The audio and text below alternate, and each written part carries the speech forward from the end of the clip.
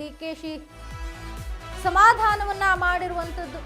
ಪಕ್ಷ ನಿಮ್ಮ ಜೊತೆಗಿದೆ, ತಾಳ್ಮೆ ಇರಲಿ ಅಂತ ಡಿಕೆ ಶಿವಕುಮಾರ್ ಹೇಳಿರುವಂತದ್ದು.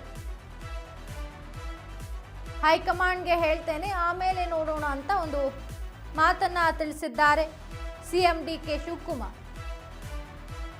ಸೆಪ್ಟೆಂಬರ್ 1ರಿಂದ ಪಾದಯಾತ್ರೆ ನಡೆಸಲಿರೋ ಬಿಜೆಪಿ ಕನಿಷ್ಠ 10 ಎಸ್ಟಿ ಪ್ರಾಬಲ್ಯದ ಕ್ಷೇತ್ರಗಳ ಮೇಲೆ ನೇರ ಪ್ರಭಾವ. 25ರಿಂದ 30 ಕ್ಷೇತ್ರಗಳ ಮೇಲೆ ಪಾದಯಾತ್ರೆ ಪರಿಣಾಮ ಬೀರೋ ಸಾಧ್ಯತೆ. ಕಲ್ಯಾಣ ಕರ್ನಾಟಕದಲ್ಲಿ ಕಾಂಗ್ರೆಸ್ ವೋಟ್ ಬ್ಯಾಂಕ್ಗೆ ಏಟು. ಈ ಎಲ್ಲಾ ಕಾರಣಗಳಿಂದ ನಾಗೇಂದ್ರ ರಾಜೀನಾಮೆ. ಯಾವುದೇ ಕ್ಷಣದಲ್ಲಿ ನಾಗೇಂದ್ರಗೆ ಸೂಚನೆ ಸಾಧ್ಯತೆ. ಬಿಜೆಪಿ ಪಾದಯಾತ್ರೆಗೆ ಬೆಚ್ಚಿ ಬಿತ್ತ ಕಾಂಗ್ರೆಸ್. ರಾಯಚೂರಿನಿಂದ ಬಳ್ಳಾರಿಯವರೆಗೆ ಬಿಜೆಪಿ ಪಾದಯಾತ್ರೆ ನಡೆಸುವ ಪ್ಲಾನ್ ಅನ್ನ ಮಾಡಿಕೊಂಡಿತ್ತು. ಸೆಪ್ಟೆಂಬರ್ 1ರಿಂದ ಪಾದಯಾತ್ರೆ ಆರಂಭ ಮಾಡುವಂತಹ ನಿಟ್ಟಿನಲ್ಲಿ ಬಿಜೆಪಿ ನಿನ್ನೆ ಪ್ರೆಸ್ ಮೀಟ್ ಅನ್ನ ಕೂಡ ನಡೆಸಿತ್ತು. ಕನಿಷ್ಠ 10 ಎಸ್ಟಿ ಪ್ರಾಬಲ್ಯದ ಕ್ಷೇತ್ರಗಳ ಮೇಲೆ ನೇರ ಪ್ರಭಾವ ಬೀರುತ್ತದೆ ಈ ಪಾದಯಾತ್ರೆ. 25ರಿಂದ 30 ಕ್ಷೇತ್ರಗಳ ಮೇಲೆ ಪಾದಯಾತ್ರೆ ಪರಿಣಾಮ ಬೀರುವ ಸಾಧ್ಯತೆ ಇತ್ತು.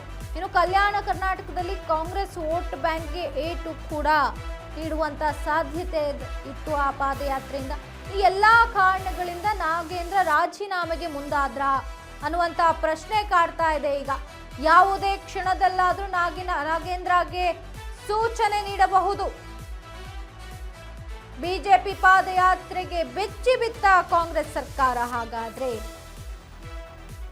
ರಾಯಚೂರಿನಿಂದ ಬಳ್ಳಾರಿಯವರೆಗೆ ಪಾದಯಾತ್ರೆಯನ್ನ ಮಾಡುವಂತಹ ರೂಟ್ ಮ್ಯಾಪ್ ಅನ್ನ ಕೂಡ ನಿನ್ನೆ ಹಾಕೊಂಡಿತ್ತು ಬಿಜೆಪಿ ನಾಯಕರು. BY ವಿಜಯೇಂದ್ರ ನೇತೃತ್ವದಲ್ಲಿ ನಿನ್ನೆ ಪ್ರೆಸ್ ಮೀಟ್ ಅನ್ನ ಕೂಡ ಕರೆಯಲಾಗಿತ್ತು. ಆ ಪ್ರೆಸ್ ಮೀಟ್ ನಲ್ಲಿ ಪಾದಯಾತ್ರೆಯ ಕುರಿತಂತೆ ಒಂದು ರೂಟ್ ಮ್ಯಾಪ್ ಅನ್ನ ನೀಡಲಾಗಿತ್ತು.